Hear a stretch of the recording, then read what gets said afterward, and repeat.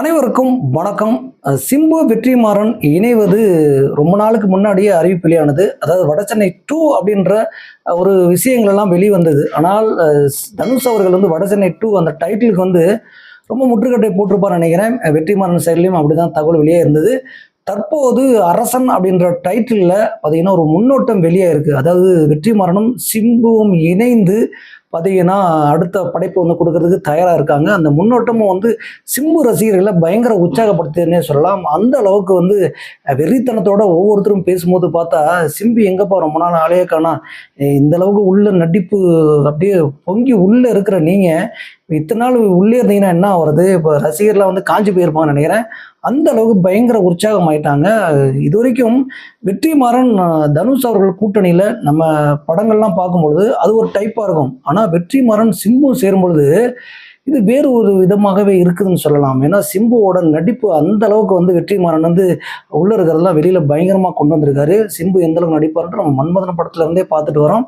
அந்த அளவுக்கு பட்டைய கலப்பக்கூடியவர். இடையில நிறைய விஷயங்கள் நிறைய சம்பவங்களால நிறைய படங்கள் பண்ணலை. ஆனால் இந்த முன்னோட்டம் வெற்றிமாறனின் இந்த அரசன் படத்தின் முன்னோட்டம் என்ன சொல்ல வருது அப்படின்றத பார்த்துருவோம். ஓப்பன் பண்ணும் போதே ஒரு கோர்ட்டில் ஓப்பன் பண்ணுறாங்க. அங்கே வந்து நெல்சன் பார்த்தீங்கன்னா டைரக்ஷன் பண்ணுற மாதிரி அவர்கிட்ட சிம்பு அவர்கள் பேசுகிற மாதிரியே இருக்குது. அங்கே சிம்பு அவர்கள் பேசுகிறாரு, சில விஷயங்கள் சொல்கிறாரு.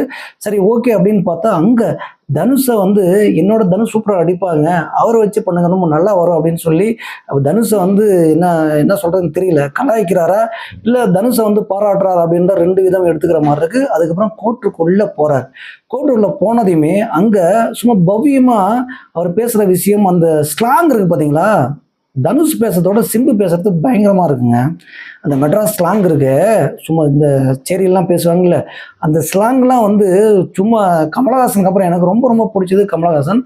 அதுக்கப்புறம் பார்த்தீங்கன்னா சிம்பு பேசுறது வந்து பயங்கர யதார்த்தமாக இருக்குது.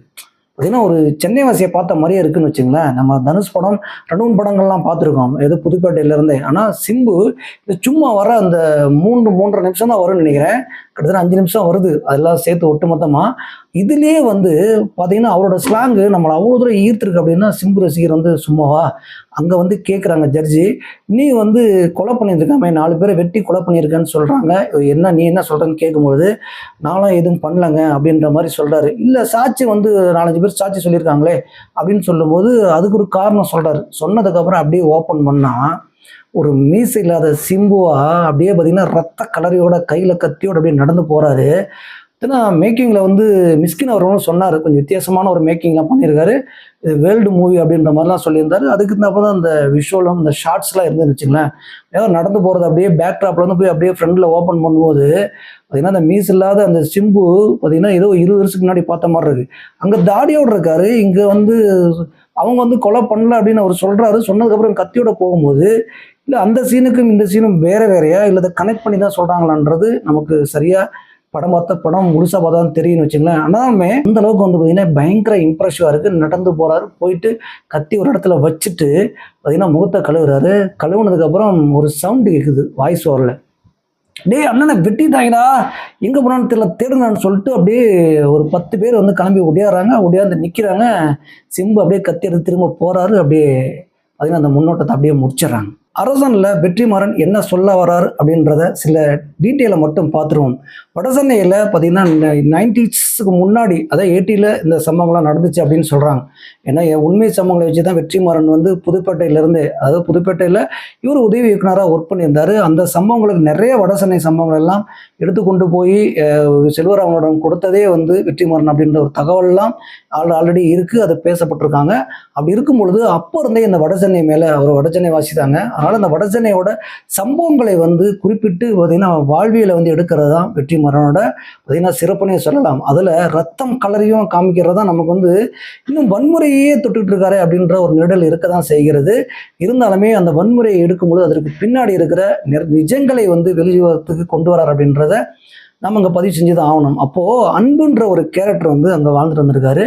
அவரோட வாழ்க்கையில் நடந்த சம்பவங்களை தான் வந்து பார்த்தீங்கன்னா ஒரு ரவுடி, அதாவது புதுப்பேட்டையோட சாயல் இதில் நல்லாவே தெரியுதுன்னு வச்சுங்களேன்.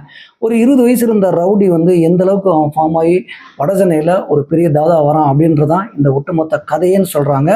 இதில் வடசென்னையில் அதில் இருந்த சில கதை தொகுப்புலேருந்து விடுபட்ட சில சீன்கள் இருந்து தொடங்கும் அப்படின்னு ஆரம்பத்தில் சொல்லிட்டு இருந்தாங்க. ஆனால் இப்பொழுது இந்த முன்னோட்டம் அரசன் முன்னோட்டம் வந்ததுக்கப்புறம் இந்த தகவல்லாம் வெளியாகலை. ஆனால் பார்த்தீங்கன்னா ஒட்டு மொத்தமாக அது வேற மாதிரி தான் தெரிகிறது.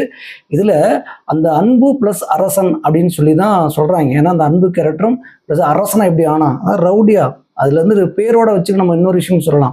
அன்பாக இருந்தவன் எப்படி அரசனாக மாறுறான் அப்படின்றது இந்த பக்கம் வச்சா, நல்லவனாக இருந்து எப்படா ரவுடி ஆகிறான் கெட்டவன் ஆகிறான் அப்படின்ற ஒரு விஷயமும் இதில் இருக்குது. கண்டிப்பாக அதை தான் வெற்றிமாறனும் சொல்ல வருகிறார் அப்படின்றது நல்லாவே தெரிகிறது. இருந்தாலும் ஒரு ஃப்ரேமை வந்து ஒரு முன்னோட்டத்துக்கு செதுக்கி வச்சுருக்காப்புலங்க மனுஷன். அந்த அளவுக்கு வந்து பார்த்தீங்கன்னா மேக்கிங் வாய்ஸாக அந்த அளவுக்கு நம்மள இந்த 5 நிமிஷத்துலேயே பயங்கரமாக ஒன்றரை வச்சிருச்சு. இதில் முக்கியமாக மிஸ்கின் அவர்களும் ஒரு கேரக்டர் பண்ணுகிறார். அந்த தகவலும் வெளியே இருக்கிறது. மிஸ்கின் இதை பார்த்துட்டு மிரண்டு போய் அவர் வந்து ஹாலிவுட் மூவி நீ அடுத்த லெவல் வெற்றிமாறனின் படைப்பு இருக்கும் அப்படின்னு சொல்லியிருக்காங்க.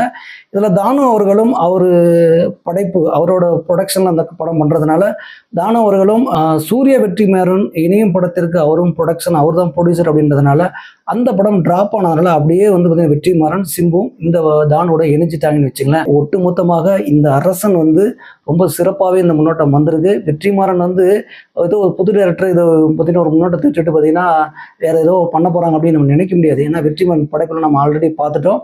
அந்த அளவுக்கு வந்து பர்ஃபெக்டாக ஒரு வாழ்வியலை பதிவு பண்ணக்கூடிய ஒரு கேரக்டர். இதில் தனுஷுக்கு அப்புறம் சிம்பு வந்திருக்கிறாரு. இதில் சிம்பு எந்த அளவுக்கு சம்பவம் பண்ண போகிறாங்க அப்படின்றத பொறுத்து வந்து நம்ம பார்ப்போம். இந்த மாதிரி அடுத்தடுத்த விமர்சனங்களையும் பார்த்தீங்கன்னா ட்ரெய்லர் இந்த மாதிரி தொடர்ந்து சினிமாவை சார்ந்த விஷயங்களை தொடர்ந்து அலசுவோம். தொடர்ந்து இணைந்திருங்கள். நன்றி.